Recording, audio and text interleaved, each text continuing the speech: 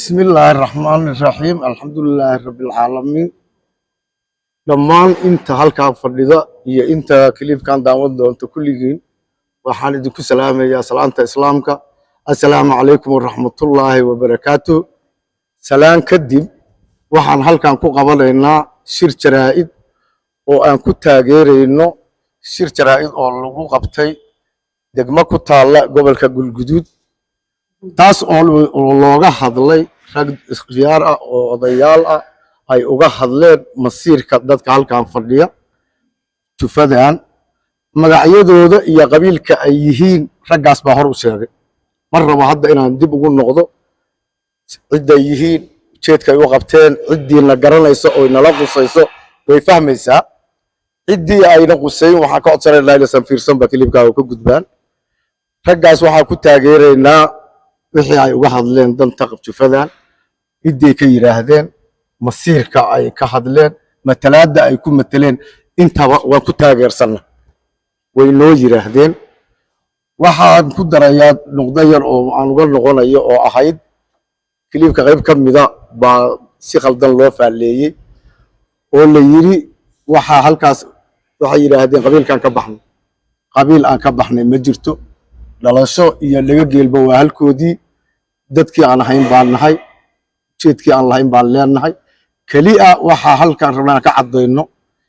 in aanan uga mid ahayn wixii khaldan qofna uusan noo yeerin aanan uga mid ahayn maxamed uga mid ahayn aanan uga mid ahayn maxamuud fiqi aanan uga mid ahayn cabdalle ilaa surre wixii saxanna aan ula dhalanay ugana mid nahay taasaan ku taageeraynaa khiyaartaas hore u soo sheegtay waxaan rabaa inaan intaa hadalka ku soo gaabiyo hadal badan ma raba inaan sii sheego والسلام عليكم ورحمة الله وبركاته. بسم الله الرحمن الرحيم الحمد لله رب العالمين والصلاة والسلام على أشرف المرسلين سيدنا محمد وعلى آله وصحبه وسلم. شركة شرائط قوانا وحود الرئي اللي أنا ملاني بشهرتها أيها نمان وديالا أو فامل كميشان فرديا ورياش وديا أيها كهالله يقولك قلقود غويسا أنا وحان هاي فامل كمد شيفوينك ريال محمود فقي فمحاد بو كمد ياهي عبد الله iyo surre sida hadaba loo sheegay raggaas waqooyiga gobolka Galguduud ka hadlay waxay sheegeen in ay qabiilka ay ka dhasheen anagu gulad maxamed faqi baan nahay qabiilka ay ka dhasheen reer maxamed faqi khaas ahaan wixii ay ku midaysan yihiin inay wada mid yihiin waxay ku kala qaybsan yihiin hadday qayb noqoto hadday fikir noqoto wax kasta ay noqoto wixii maxamed faqi ku kala qaybsan yahay anaga reer gulad faqi inaan talada goori noo tahay oonan qola gaarna loogu tirinayaa jirin intaasay ka hadleen oo caddeeyeen annaguna intii aan ku taageersanna waxaan kala caddaynaynaa Soomaali waxay tidhaahdaa sararta ninka doonaya wanaaggeeda dhinaca koru ka fiiriya ninka xumeynteeda doonayaan hoos hadallaan meelaha ka maqlaynay dhahaya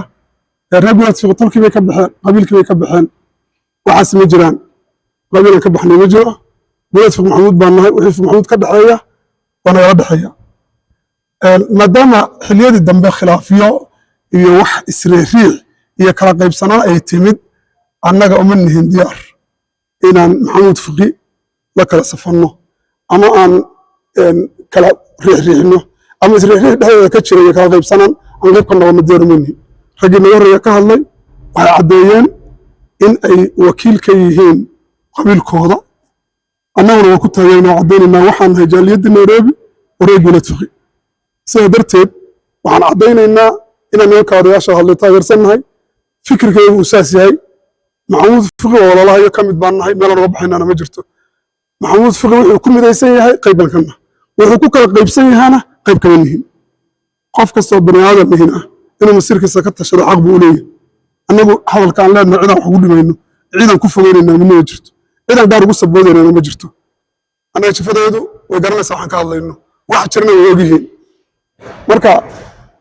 ma garanayno cid dadka hadallada sheegaya waxay ka bukaan ya mid baa yiri waa la yiri